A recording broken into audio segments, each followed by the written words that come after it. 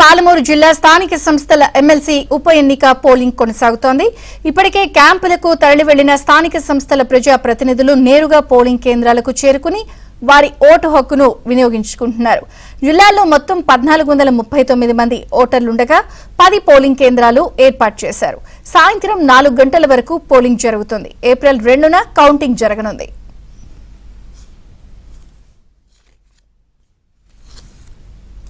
ఉత్కంఠ మధ్య జరుగుతున్న ఉప ఎన్నిక కావడంతో జిల్లా యంత్రాంగం పకడ్బందీగా ఏర్పాట్లు చేసింది.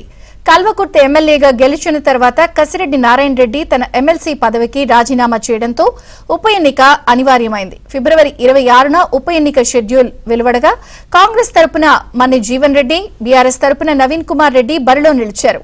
మరో స్వతంత్ర అభ్యర్థి సుదర్శన్ గౌడ్ కూడా బరిలో ఉన్నప్పటికీ బీఆర్ఎస్ కాంగ్రెస్ మధ్య హోరాహోరీ పోరు జరగనుంది.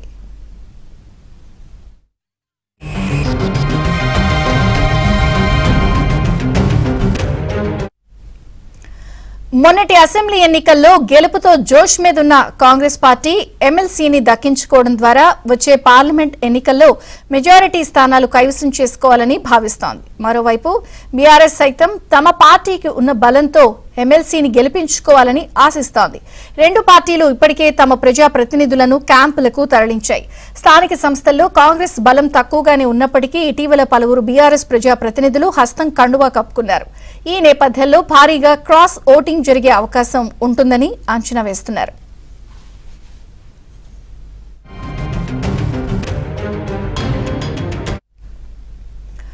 మహబూబ్ నగర్ స్థానిక సంస్థల ఎమ్మెల్సీ స్థానానికి 2021లో ఎన్నిక జరగ్గా అప్పుడు అధికారంలో ఉన్న బీఆర్ఎస్ మాత్రమే బరిలో నిలిచింది. బలం తక్కువగా ఉండడంతో ప్రతిపక్షంలో ఉన్న కాంగ్రెస్ పోటీకి దూరంగా ఉంది. దీంతో ఆ ఎన్నిక ఏకగ్రీవమైంది. అప్పట్లో మొత్తం 1445 మంది ఓటు హక్కు ఉండగా బీఆర్ఎస్ కు 1039, కాంగ్రెస్ కు 241, బీజేపీ ఇతరులకు కలిపి 165 మంది సభ్యుల బలం ఉంది. అయితే ఇటీవల అసెంబ్లీ ఎన్నికల సమయంలో కొంతమంది స్థానిక సంస్థల సభ్యులు బీఆర్ఎస్ ను వీడి కాంగ్రెస్ లో చేరడంతో ఆ పార్టీ బలం స్వల్పంగా పెరిగింది. ఉప ఎన్నిక షెడ్యూల్ విడుదలయ్యే సమయానికి బీఆర్ఎస్ కు 925, కాంగ్రెస్ కు 390, బీజేపీ ఇతర పార్టీలకు కలిపి 120 మందికి పైగా సభ్యుల బలం ఉందన్న అంచనాలున్నాయి. కొంతమంది సభ్యులు మరణించడం లేదా అనర్హత వేటు వేయడం వల్ల 2021 ఓట్లకు 2024 ఓట్లకు మధ్య కొంత వ్యత్యాసం ఏర్పడింది.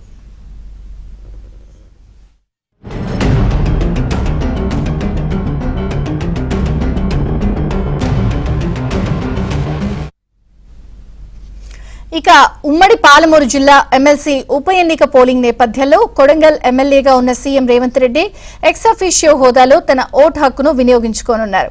ఈ మేరకు ఇవాళ ఆయన కొడంగల్ రానున్నారు. ఎంపీటీఓ కార్యాలయంలోని పోలింగ్ కేంద్రంలో సీఎం రేవంత్ ఓటు వేస్తారు. ఇక ఈ ఉప ఎన్నికకు సంబంధించిన మరిన్ని వివరాలు మా ప్రతినిధి బసవరాజు అందిస్తారు. బసవరాజు.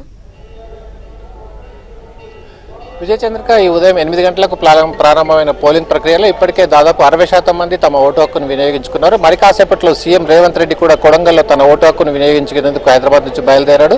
కొడంగల్లో తన ఓటు హక్కును వినియోగించుకుంటారు. అయితే ఇప్పటివరకు జరిగిన పోలింగ్ చాలా ప్రశాంతంగా కొనసాగింది. అయితే దాదాపుగా అంటే రెండు పార్టీలు కూడా చాలా ప్రతిష్టాత్మకంగా తీసుకున్న ఎన్నిక ఇది. దీంట్లో బీఆర్ఎస్ నాయకులు అంటే మొదటి నుంచి కూడా అక్కడ గోవాలో క్యాంప్ ఏర్పాటు చేసి క్యాంప్ రాజకీయాలు ఏర్పాటు చేశారు. అదేవిధంగా కాంగ్రెస్ వాళ్ళు కూడా అంటే స్వేచ్ఛగా రండి, తమ మనస్తత్వాన్ని తెలుపుతూ ఓటేయండి అని చెప్పి పిలుపునిస్తున్న ఈ నేపథ్యంలో ఎన్ఎం శ్రీనివాసరెడ్డి గారు ఉన్నారు. సార్ చెప్పండి, అంటే క్యాంప్ రాజకీయాలకు లేసింది, తర్వాత చాలా ప్రతిష్టాత్మకంగా తీసుకున్నారు. అంటే సంఖ్యాపరంగా బీఆర్ఎస్ వాళ్ళు ఎక్కువగా ఉన్నా కూడా అంటే అభిమానపరంగా ఇప్పుడు మారిన పరిస్థితి ఎట్లుంది సార్? ఇప్పుడు క్యాంపు రాజకీయాల గురించి మీరు ప్రస్తావన చేసిండ్రు.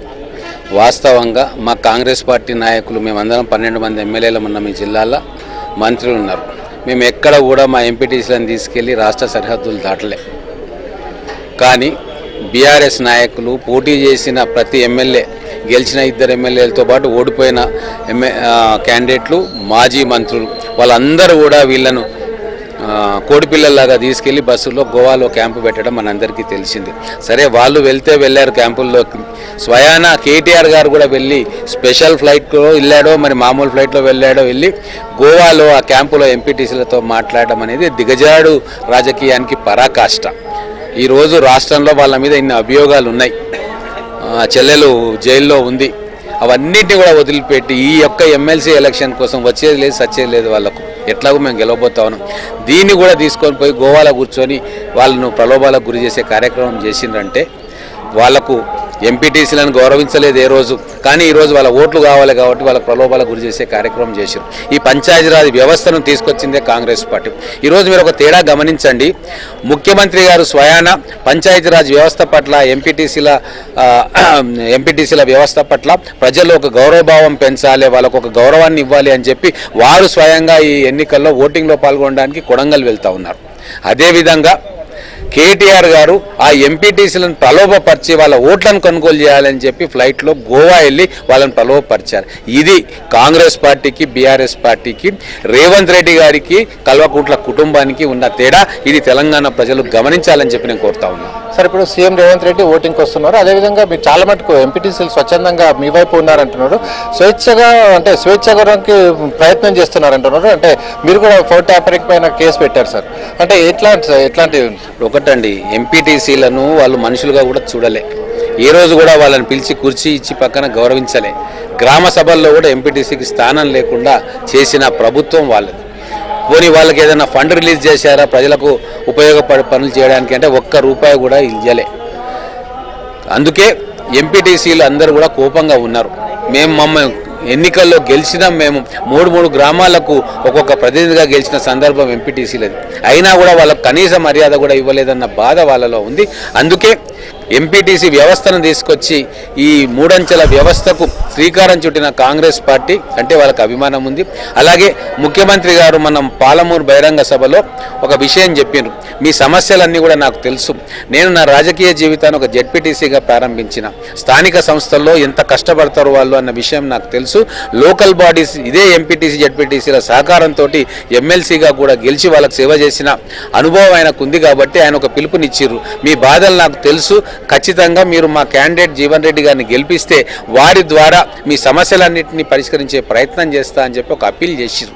ఆ అప్పీల్కు ప్రభావితమై ఈరోజు మొత్తం జిల్లాలో ఉన్న 1439 మంది ఎంపీటీసీలలో 80% మంది ఈరోజు మా పార్టీ నుంచి గెలిచినా గెలవకున్నా, మా పార్టీలో ఉన్నా లేకున్నా, రేవంత్ రెడ్డి గారు చేసిన వ్యాఖ్య వాళ్ళు ఎంపీటీసీల పట్ల, పంచాయతీరాజ్ వ్యవస్థ పట్ల వారు చూపిస్తున్న సానుకూలతను అర్థం చేసుకొని భవిష్యత్తులో వ్యవస్థ నిలబడాలి, మాకు గౌరవం రావాలి అని చెప్పి కాంగ్రెస్ పార్టీని సపోర్ట్ చేయాలని చెప్పి వాళ్ళు నిర్ణయించుకున్నారు. అందుకు ఉదాహరణ రాష్ట్ర ఎంపీటీసీల సంఘం అధ్యక్షుడు కూడా వారు నామినేషన్ ఇక్కడ ఏసీ ఎమ్మెల్సీగా మళ్ళీ రేవంత్ రెడ్డి గారితో మాట్లాడి సాటిస్ఫై అయ్యి విత్డ్రా చేసుకున్న సందర్భం కూడా మళ్ళొకసారి మీకు గుర్తు చేస్తూ ఉన్నా.